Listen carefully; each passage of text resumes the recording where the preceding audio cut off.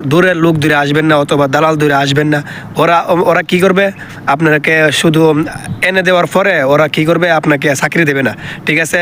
তারপর ওরা ওরা আনার পরে বলবে যে আমি তোমাকে আইনা দিছি, এখন আমার দায়িত্ব শেষ, তোমরা তোমার নিজের চাকরি খুঁজে নাও, ঠিক আছে, এভাবে বলবে।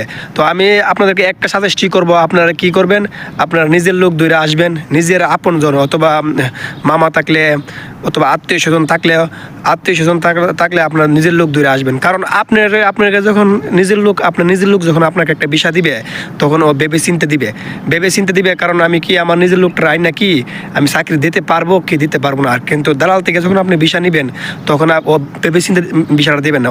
ও আপনাকে আনার সময় মিঠা কথা বলবে যে আনার পরে তুমি 1 লাখ টাকা বেতন পাইবা, 50,000 টাকা বেতন পাইবা, 60,000 টাকা বেতন পাইবা, কিন্তু আনার পরে ও কি করবে, আপনাকে ছেড়ে দিবে।